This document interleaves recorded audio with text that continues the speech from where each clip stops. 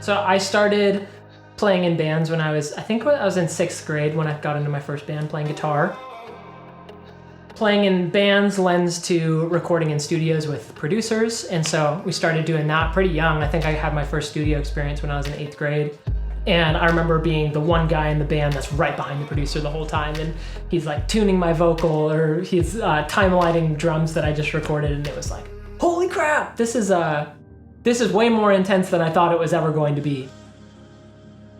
I was thinking, man, the thing that I've always been more interested in than even playing live is studio stuff. And so I bought a iMac and an 8-channel interface.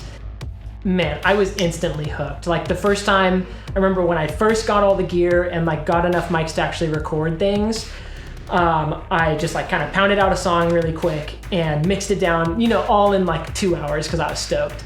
And I put it on a CD and put it in the car, and the whole family got in the car and we were going to dinner or something, and I just was so stoked for everybody to listen to it. And I remember it sounding so bad. Like, oh man, I just shrunk in my seat, and like I remember having to turn it way up because it was really quiet, and there were a lot of questions that stemmed from that, and it was the most discouraging and encouraging thing at the same time, because it was like, that sounds nothing like a record, but somehow people use the same tools to make that happen. So that's what lit the fire under me.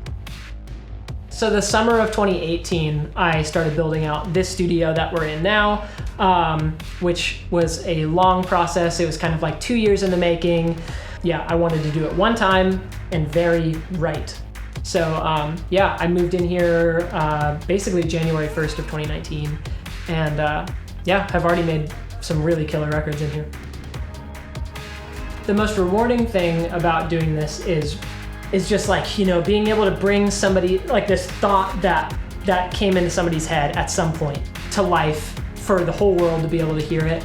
And then to go to a show of the band performing those songs and for the crowd to be singing the words, or like singing the whoa part that we came up with in the studio, or just little things like that. It's like, man, that's what it's all about.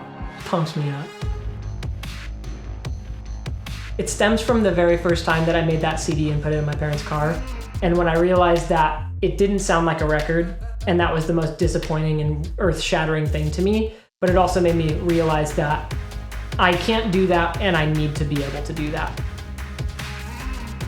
My biggest thing is for, as soon as possible when a band is in the studio, their song should sound like a record. Yeah, I want to have that attention to detail and care more than maybe even the band in the room about their song, essentially. Whether it be lyrically, song structure-wise, writing parts, I will stop at nothing to make the song speak what it's supposed to speak.